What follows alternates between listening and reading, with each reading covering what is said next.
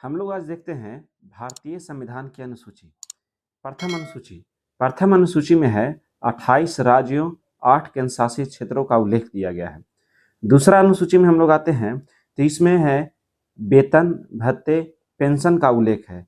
तो इसमें किनका वेतन भत्ते पेंशन का उल्लेख है? तो राष्ट्रपति हो गए, राज्यपाल, लोकसभा के अध्यक्ष हो गए, उपाध्यक्ष हो गए, राज्यसभा के सभापति, उपसभापति, ठीक उसी प्रकार से हो जाएंगे विधानसभा के अध्यक्ष, उपाध्यक्ष, विधान परिषद के सभापति, उपसभापति, नियंत्रक, महालेखा परीक्षक आदि लोगों को वेतन भत्ते और पेंशन का इसमें उल्लेख दिया गया है।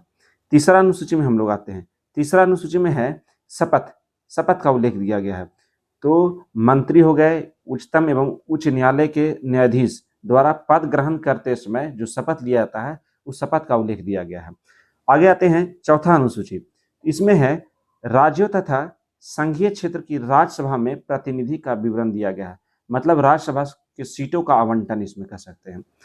पांचवी अनुसूची में है अनुसूचित क्षेत्रों और अनुसूचित जनजाति के प्रशासन और नियंत्रण के बारे में उल्लेख दिया गया है। छठा अनुसूची में आते हैं। छठा अनुसूची में है असम, मेघालय, त्रिपुरा, मिजोरम। असम, मेघालय, त्रिपुरा, मिजोरम राज्यों के जनजाति क्षेत्र के प्रशासन के बारे में प्रावधान दिया गया है। आगे हम लोग आते हैं फिर सातवीं अनुसूची।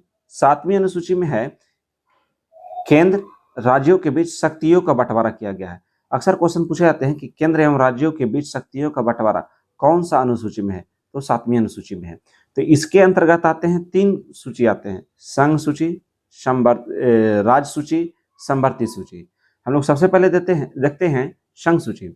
तो संघ सूची का मतलब हो गया कि इसमें केंद्र सरकार कानून बनाती है। संघ सूची के में जितने भी विषय आते हैं उसमें सारे पे केंद्र सरकार कानून बनाने का अधिकार केंद्र सरकार के पास है। तो हम लोग देखेंगे कि जिसमें संविधान लागू हुआ था उस समय 97 विषय थे संघ सूची में, और वर्तमान में कितना है? 100 विषय है। ये पूछा जाता है कि वर्तमान में कितने हैं, संविधान लागू के समय में कितना विषय था। इसमें विदेशी मामले, युद्ध एवं शांति, रेल, डाक तथा तार हो गया, मुद्रा बैंकिंग, परमाणु शक्ति, ये सारे विषय संघ सूची के अंतर्गत आते हैं।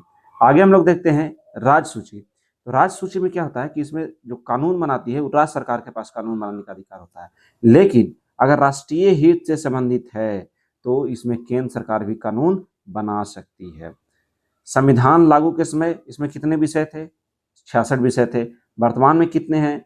61 विषय हैं। इसको याद रखना है कि जिसमें संविधान लागू हुआ था उसमें 66 विषय थे, वर्तमान में कितने हैं? तो 61 विषय हैं। ये सब पूछा जाता है सवाल में, ठीक है। इसमें कुछ विषय हो गया जैसे शांति एवं व्यवस्था, पुलिस, जेल, स्थानीय शासन, कृषि एवं जन व्यवस्था, ये सब आ जाते हैं संघ सूची के अंतर्गत। आगे हम लोग देखते हैं समवर्ती सूची। समवर्ती सूची में होता है कि केंद्र सरकार और राज्य सरकार दोनों मिल करके कानून बनाती है। इसमें जितने ही विषय हैं सब केंद्र सरकार और राज्य सरकार दोनों मिलकर इसमें कानून बनाती है। इसमें ध्यान दीजिएगा कि जिसमें संविधान लागू हुआ था उसमें 47 विषय थे और वर्तमान में 52 विषय हैं। जिसमें लागू हुआ था उसमें 47 विषय थे। दोनों ध्यान में रखिएगा। इसके अंतर्गत आने वाला विषय दीवानी फौजदारी कानून हो गया, कानून प्रक्रिया हो गया, विवाह तथा तलाक हो गया, शिक्षा, आर्थिक नियोजन, बिजली, समाचार पत्र, वन। अक्सर पूछा जाता है क्वेश्चन, वन कौन से सूची के विषय हैं? मतलब कि संघ सूची के हैं, समवर्ती सूची के हैं या राज्य सूची के विषय हैं। आगे हम लोग आते हैं 8वां अनुसूची में। 8वां अनुसूची में वर्तमान में 22 भाषाओं का उल्लेख किया गया है।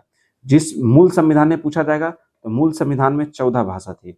उसके बाद संशोधन के द्वारा टोटल वर्तमान में 22 भाषा का उल्लेख किया गया है।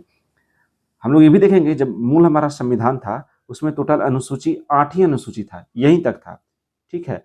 लेकिन बाद में संशोधन के द्वारा 9, 10, 11, 12 मतलब कि ये सब अनुसूचियां जोड़ी गई। तो हम लोग देखेंगे सबसे पहले कि 9वां अनुसूची को कब जोड़ा गया। तो 9वां अनुसूची को जोड़ा गया है आपको प्रथम संविधान संशोधन अधिनियम 1951 के द्वारा जोड़ा गया है। सबसे पहले यही 9वां अनुसूची जोड़ा गया। कब जोड़ा गया? प्रथम संविधान संशोधन अधिनियम 1951 में।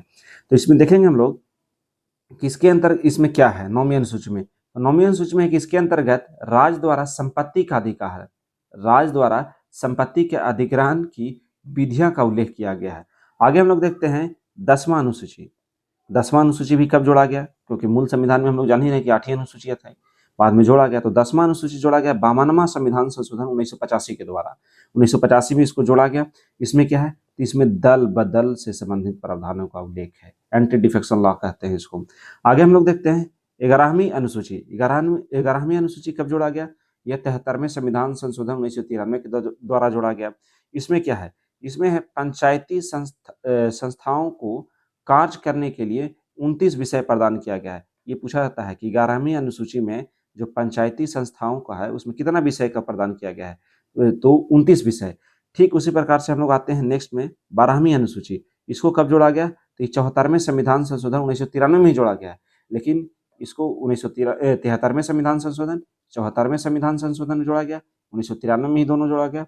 तो इसमें 11वीं अनुसूची में पंचायती राज से संबंधित है और इसमें 29 विषय उल्लेख किया गया, मतलब प्रदान किया गया है। 12वीं अनुसूची में 18 विषय है। तो इसमें क्या है, इसमें है स्थानीय स्वशासन संस्थाओं को कार्य करने के लिए 18 विषय इसमें दिया गया है, ठीक है, प्रदान किया गया है। बाकी आप देख सकते हैं, फिर से इसको एक बार रिकॉल कर लीजिए आप, ठीक है। 1 से लेकर के 12 तक ये हो गया, प्रथम अनुसूची हो गया। प्रथम अनुसूची में 28 राज्य 8 केंद्र शासित प्रदेश हो गए। दूसरा अनुसूची क्या है, तो इसमें हो जाएगा पेंशन, हो जाएगा पेंशन भत्ते वेतन का उल्लेख है। तीसरा अनुसूची क्या है, तो तीसरा अनुसूची में हो जाएगा शपथ का उल्लेख है। चौथा अनुसूची राज्यसभा में सीटों का आवंटन है, राज्यसभा में सीटों का आवंटन। 5वां अनुसूची क्या है, तो अनुसूचित क्षेत्र अनुसूचित जाति के प्रशासन और नियंत्रण के बारे में उल्लेख किया गया है। 6ठा अनुसूची क्या है, तो इसमें हो जाएगा असम हो जाएगा, मेघालय हो जाएगा, त्रिपुरा हो जाएगा, मिजोरम राज्यों के जनजातीय क्षेत्रों और प्रशासन का उल्लेख किया गया है। 7वीं अनुसूची में हम लोग आते हैं, इसमें केंद्र और राज्यों के बीच शक्तियों का बंटवारा किया गया है। इसमें 3 गो हो जाएगा, संघ सूची, राज्य सूची, समवर्ती सूची। संघ सूची में कितने विषय थे संविधान के समय, जिसमें मूल संविधान में 97 गो था, फिर बाद में वर्तमान में 100 विषय हैं। ठीक उसी प्रकार से राज्य सूची में, जिसमें हमारा संविधान लागू हुआ था, उसमें 66 विषय थे, वर्तमान में कितने हैं, 61 विषय हैं। इसमें कुछ हम लोग देख लेंगे कौन कौन सा विषय इसके अंतर्गत आते हैं, जैसे कृषि हो गया, जन व्यवस्था हो गया, आपको शांति व्यवस्था, पुलिस, जेल, सब आता है राज्य सूची के अंतर्गत। फिर समवर्ती सूची में, जिसमें संविधान लागू हुआ था, उसमें 47 विषय, वर्तमान में कितने हैं, 52 विषय। इसके अंतर्गत आने वाला विषय हो जाएगा शादी, विवाह, तलाक, शिक्षा, आर्थिक योजना, बिजली, समाचार पत्र, वन। आगे हम लोग देखते हैं 8वीं अनुसूची। 8वीं अनुसूची में 22 भाषाओं का उल्लेख है, 22 भाषाओं का उल्लेख है। मूल संविधान में कितने भाषा थी, 14 भाषा थी। यहीं तक हमारा मूल संविधान में अनुसूचियाँ थी, 8 ही अनुसूचियाँ थी, लेकिन बाद में संशोधन के द्वारा 9वीं अनुसूची जोड़ा गया।